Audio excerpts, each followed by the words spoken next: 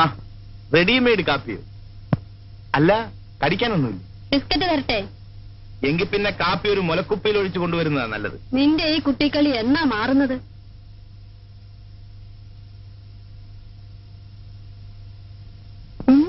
സാറേ, സ്വല്പം അടിക്കുന്നോ? വേണ്ട. എങ്കിൽ വലിയ സാറ് കഴിക്കേ. വേണ്ട.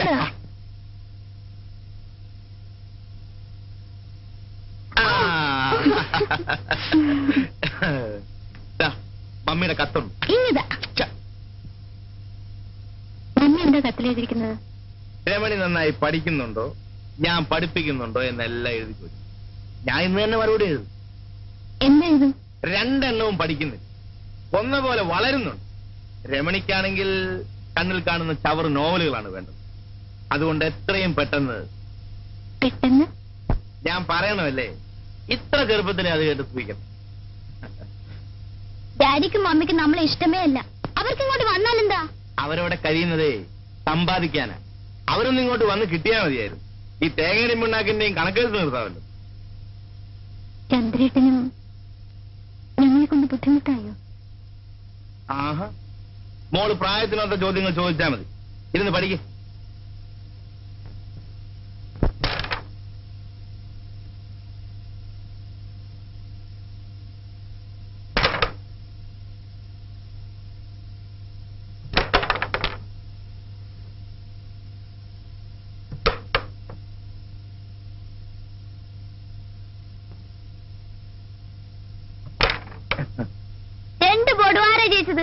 ഓ പിന്നെ അടുത്ത ബോർഡ് ഞാൻ കളിക്കും. വേണ്ട, ഞാൻ കളിക്കാം. അത് പറ്റില്ല, ഞാൻ കളിക്കും. നീ എനിക്ക്, ഞാൻ കളിക്കട്ടെ. വെറുതെ വഴക്കുണ്ടാക്കാതെ.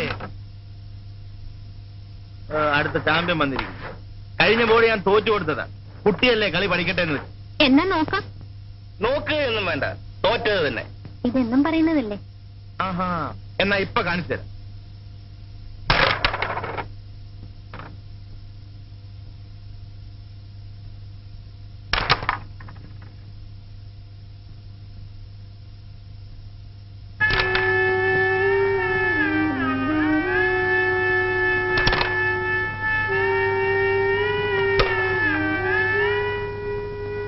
Come on, hurry up.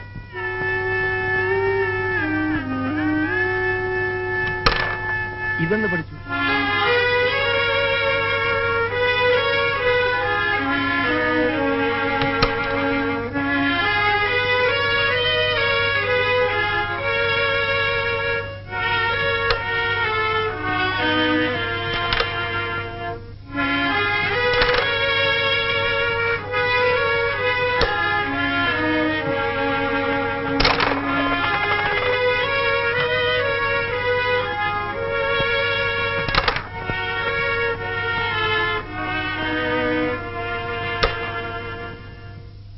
ഇപ്പൊ ആരാ ജയിച്ചത്?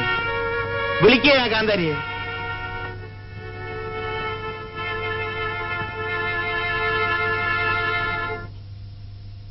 എന്തിനാ എന്റെ കുട്ടി ഈ മഴയത്ത് നനയാൻ പോയത്? പോയി ഏറെ മാറൂ.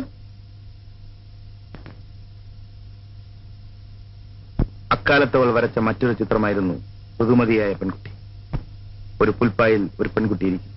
പാതിയടഞ്ഞ കണ്ണുകളിൽ നിഷ്കളങ്കതയ്ക്കായിരുന്നു ഊന്നൽ.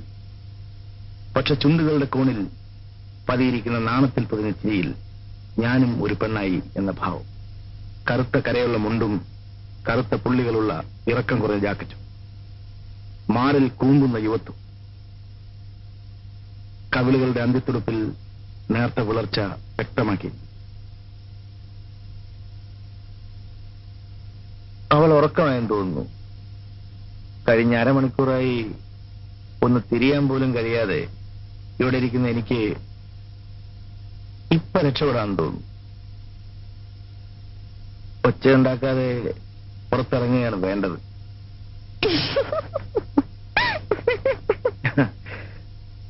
അവൾ വന്നു, അടുത്തു ചേർന്ന് നിന്നു. മയങ്ങി ഉറങ്ങുന്ന പ്രപഞ്ചം, ദൂരെ രാത്രിയുടെ സംഗീതം. അവളുടെ ചുമലിൽ കൈവച്ചുകൊണ്ട് അടുത്തു ചേർന്ന് മതി ചേട്ടാ, സമയം ഒരുപാടായി, ഞാൻ ഇറങ്ങട്ടെ. വേണ്ട, കുറച്ചുകൂടി ഇരിക്കും ചേട്ടാ.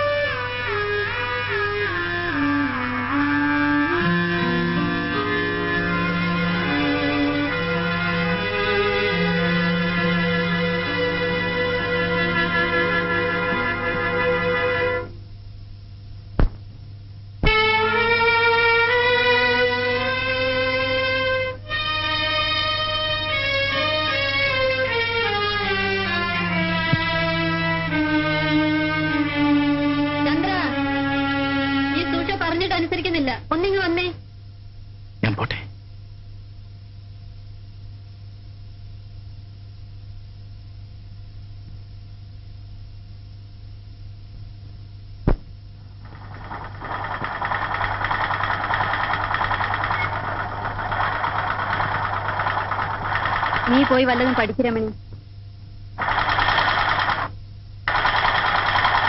ചന്ദ്രേട്ടൻ എങ്ങനെയാ വീട്ടിലൊറ്റയ്ക്ക് കഴിയുന്നത്?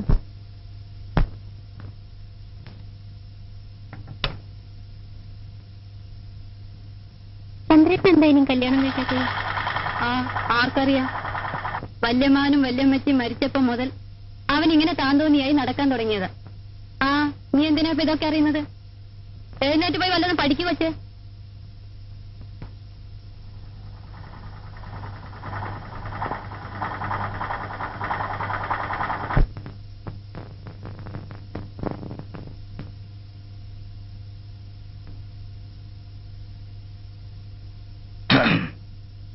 ചേട്ടനും ഓഫീസിൽ പോയില്ലേ?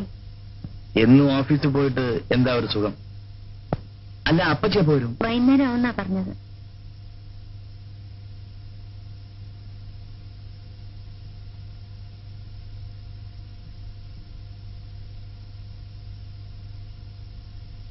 അയ്യടാ,